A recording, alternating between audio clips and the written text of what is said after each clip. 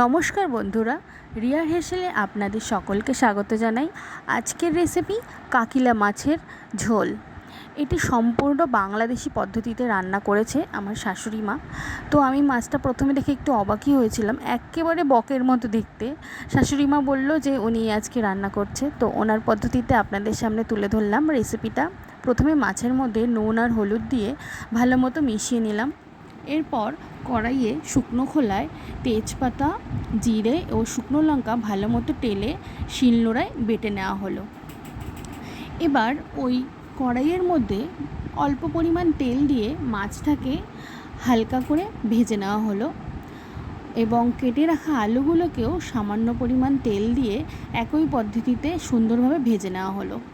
আলুর মধ্যে সামান্য পরিমাণ হলুদ দিয়ে আলুটা সেদ্ধ হওয়ার জন্য পরিমাণ মতো জল দিয়ে দেবেন।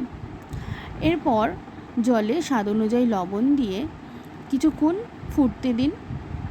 সুন্দরভাবে আলুটা ফুটে গেলে ভেজে রাখা মাছগুলোকে তার মধ্যে দিয়ে আবারও কিছুক্ষণ ফুটিয়ে অন্য একটা পাত্রে ঢেলে নিন।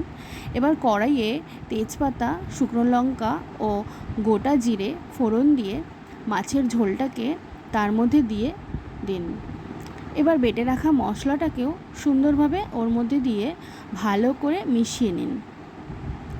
সুন্দরভাবে মাছের ঝোলটা ফুটে গেলে ও আলুগুলো সেদ্ধ হয়ে গেলে কেটে রাখা ধনেপাতা ওপর থেকে দিয়ে দিন। ধনেপাতাটা দিয়েও ভালো মতো মিশিয়ে নিন। এভাবেই আলুটা সেদ্ধ হয়ে গেলে ও পরিমাণ মতো ঝোল রাখা হলে আমাদের রেডি হয়ে যাবে একেবারে নতুন স্টাইলের কাকিলে মাছের রেসিপি। এটি আমার শাশুড়ি মা বানিয়েছে।